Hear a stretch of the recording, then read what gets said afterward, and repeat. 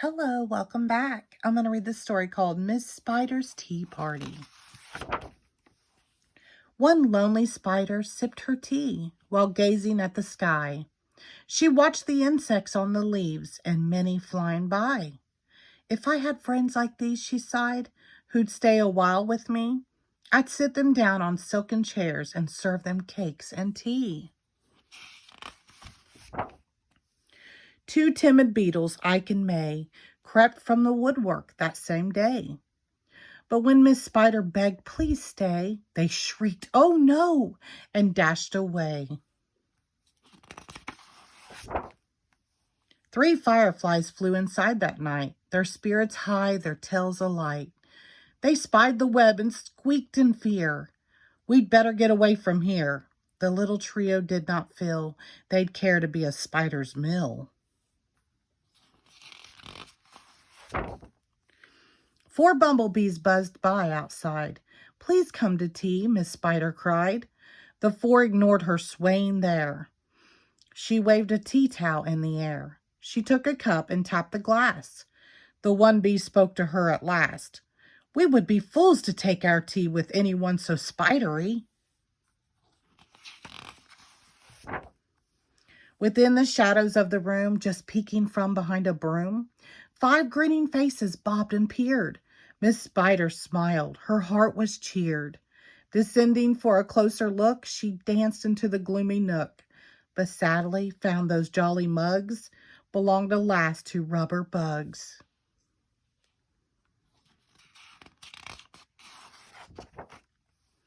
Some ants strode in. They numbered 6. But ants with spiders will not mix. She brewed them tea from hips of roses. The proud platoon turned up their noses.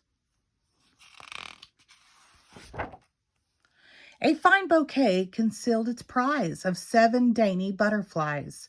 Miss Spider, watching from the wall, was not aware of them at all.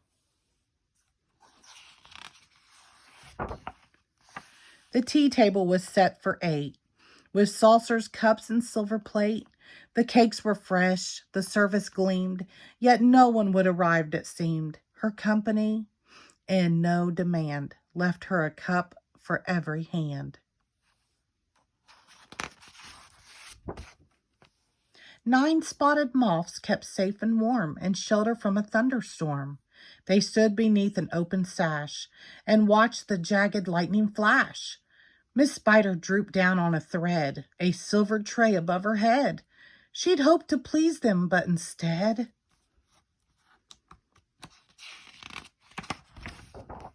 they flew away in mortal dread.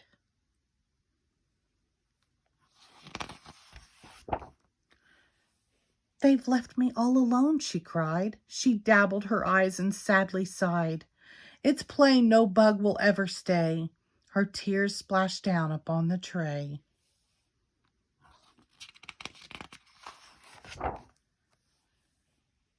Ten tiny steaming cups of tea were perched atop her trembling knee. She sipped and sobbed, then heard a cough, and turned to see a small wet moth. A fragile thing so soaked by rain, his wings too damp to fly again.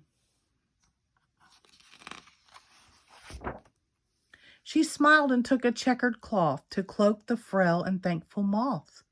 They talked and snacked on tea and pie until his tiny wings were dry.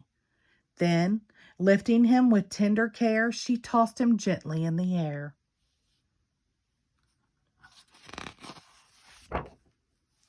The moth told Ike, then Ike told May, who went from bug to bug to say, "There is no reason for alarm. She's never meant us any harm."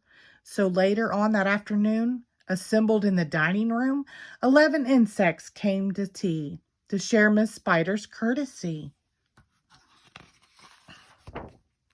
12 tender violets in a vase presented at Miss Spider's place, set by her chair so neatly spun. She munched the blossoms one by one. Her friends were glad to watch her feast upon the floral centerpiece. It was a great relief to see she ate just flowers and drank just tea. Miss Spider's reputation grew. Before too long, Our hostess knew each bug who crawled or hopped or flew, and all their lovely children too.